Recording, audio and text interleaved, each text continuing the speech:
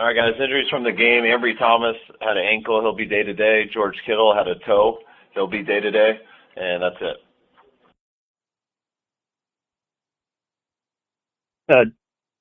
What's your plan as far as how you work these guys this week, and at what point do you install fully your game plan?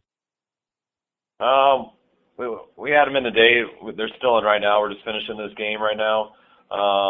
We'll give them the next 2 days off, and then we'll start our practice week and game plan here Thursday, Friday, Saturday. So when the players come back after their 2 days off, which will be Thursday, we should have the game plan in by then.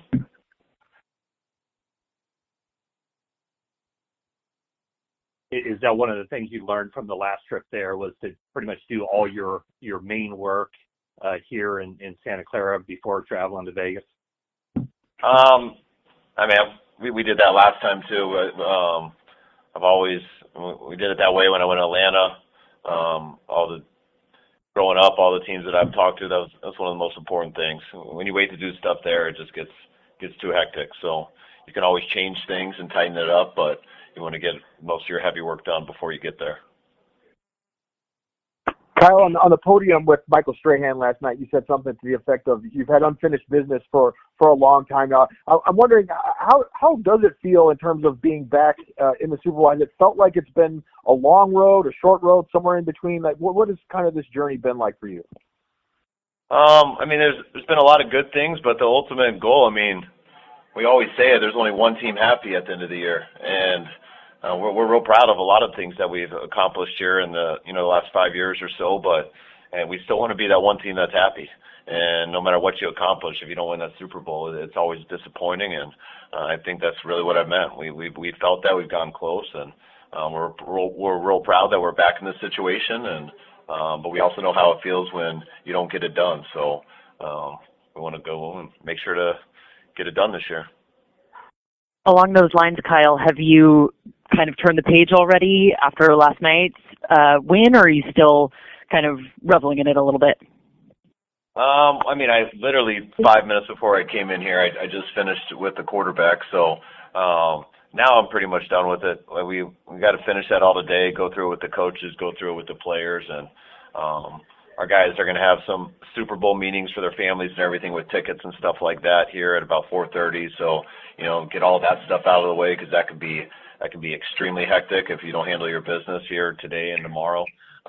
So, yeah, we're done with the tape. It's really just hitting me now, but we're done with yesterday too.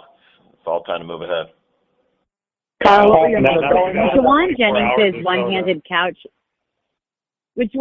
one-handed catch on that third down, how much does that just exemplify what he means to this team and really how he has stepped up these last 2 weeks?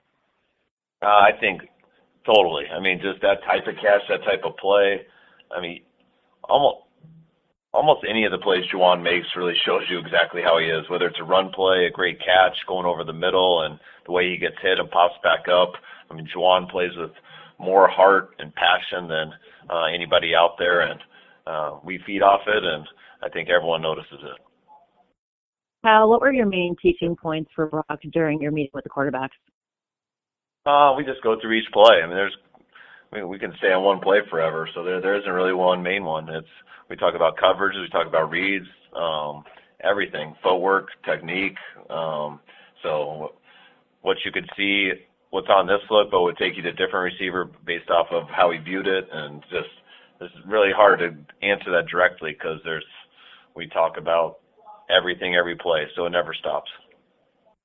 Kyle, you've had about 24 hours now to kind of digest Brandon's crazy catch yesterday. Have you ever coached in a game with a play like that, as impactful as that? And if not, have you had a chance to kind of process where that might stand in 49ers history, just given the magnitude of the moment?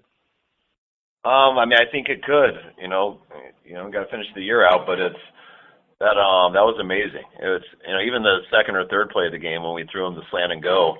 The corner was bailing, and usually when that happens, we like to say he's just chasing a ghost. And for him to dig out like that and make sure it wasn't a pick was huge. And then the next one was very similar, but he dug out and got a little bit closer to it, and be able to make that play was so big. I didn't think he was going to ever recover. Seemed like he was yelling at me the whole time to challenge it because he just knew that he scored. But I was told he didn't, so that's why I didn't. And I think they ended up touching him, but he ended up scoring 3 plays later. So it was awesome, and it was big of a play. I mean, BA made two huge plays on third down last week with 2 low throws that probably would not have been able to win without those 2 plays. And, when we were down in this game, and it seemed like they were running away with it early, Brock made an off-schedule throw, and BA almost came down with another low catch and missed it. And that was a big one. And for him to come back and completely redeem himself, and even more with one of the best catches I've ever seen in the biggest moments, we will all be hugely grateful for our whole lives. Kyle, last time you were in the Super Bowl, you had 2 pretty one-sided playoff wins where you ran the ball 89 times. Is there any advantage to having 2 gut check games this time as you go in, or is each game just a separate entity?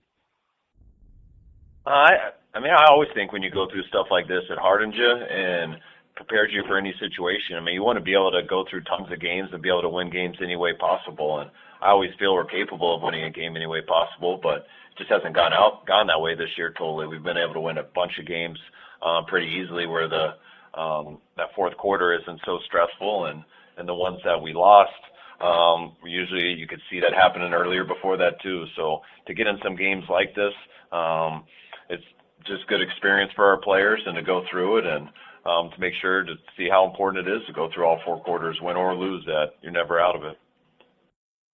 Well, I know some teams bring in consultants heading into the Super Bowl. I think the Eagles did with Vic last year.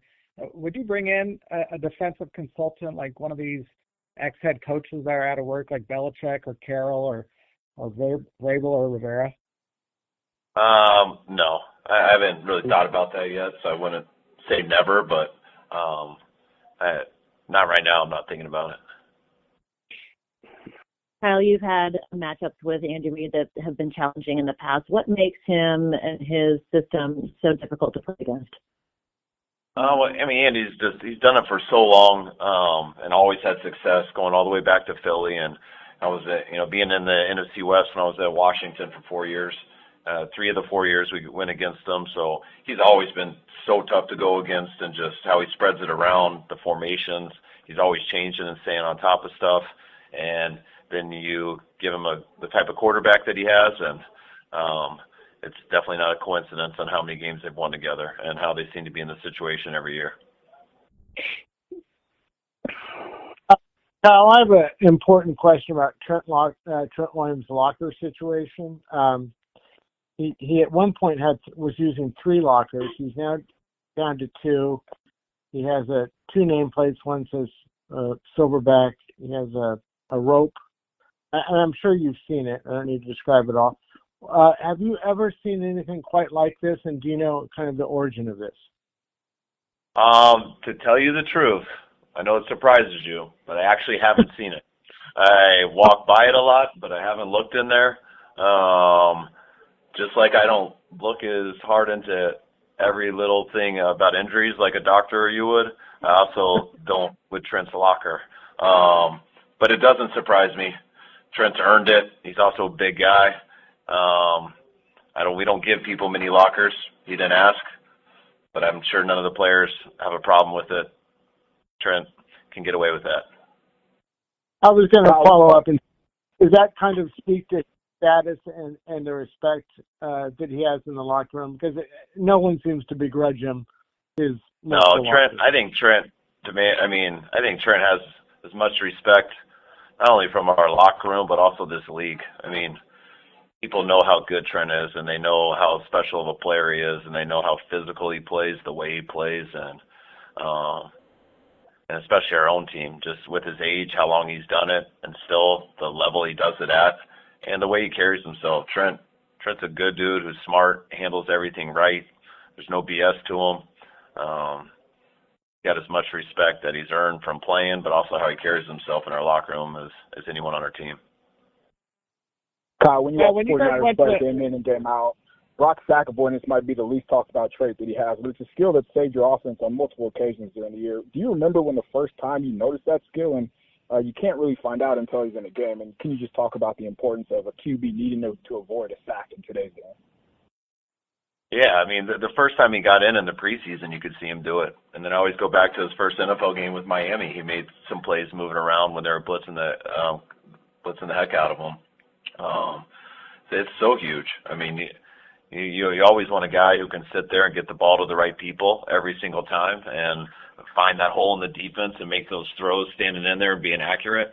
But that's not always the case, and sometimes it's impossible to get to number 3 without someone's beat and stuff like that. And when you do have a quarterback who's got a knack for when to do it, and he doesn't do it a ton and just give up on open plays, he's kind of got a natural ability of when to give up on the play, when to make a guy miss, when to turn it off schedule, and no matter what happens, he gives you a chance. And everyone knows, everyone saw it, but those plays he made with his feet last night in the second half, that was a problem and for the defense. And they had some good coverages on, and he kept the chains moving and also found a way to get some explosives doing it too. Are you seeing some a common denominator on some of the outside runs that the Packers and the Lions were running? Yeah, we haven't done very well. It's been the common theme on them. But people are going to get the edge when they block down on the defensive end. I thought there was a couple ones. I mean, I thought we did better with the crack tosses. There was a reverse yesterday on the 4th play of the game, one that we do a lot, the one that we call dope. That's a really tough reverse to stop. They pull a guard, they block 2 people down, which will get the edge. You will pin the DN, which they got with Bosa. They'll block down on the next guy, and then they have a guy kick out, and then you need pursuit on the field. And that play was disappointing to me because I thought our pursuit was as bad as it's been all year. On both the 2 long runs, we did get the edge, not with the defensive end because they blocked down on him, but we get it with the next guy to turn it back. And when he turned it back, our pursuit wasn't there, and that was the biggest disappointing thing about both those touchdown runs. On some of those plays, the DN seems to be crashing down automatically. Is that the proper way to handle that? Are they coached to do that on some of those plays, and on others they're kind of taking better care of the edge? Yeah, it depends on which play because they're all different. But the reverse touchdown, it was a pulling guard with a fake away. And so it looks like it's a run away, and the tackle comes down. So you should be crashing down, and then you get the reverse to the wideout going the other way, so they turn back right into the pin block. The ones that immediately happen, they want to go at it, but they're still going to get pinned. I mean, the defensive ends, it's not defensive ends. When you crack down on that, you are getting outside. It's our force player. That could be a cloud. It could be a strong safety in 3 deep. There's different things you can do with that, but that's why there isn't one clean answer. It depends on the scheme, depends on offensively, and depends on the front and coverages you're playing. But for the most part, whoever is setting the edge, which it usually isn't the defensive end. Our defensive ends are setting the edge when people aren't blocking down. But it's our clouds, it's our safeties, and it's the pursuit of the backside. Because when someone does block down, that means someone's picked. And when someone's picked, everyone else can run over the top, and we just have gone creased too much, and we better figure out a way to fix it. Take one more.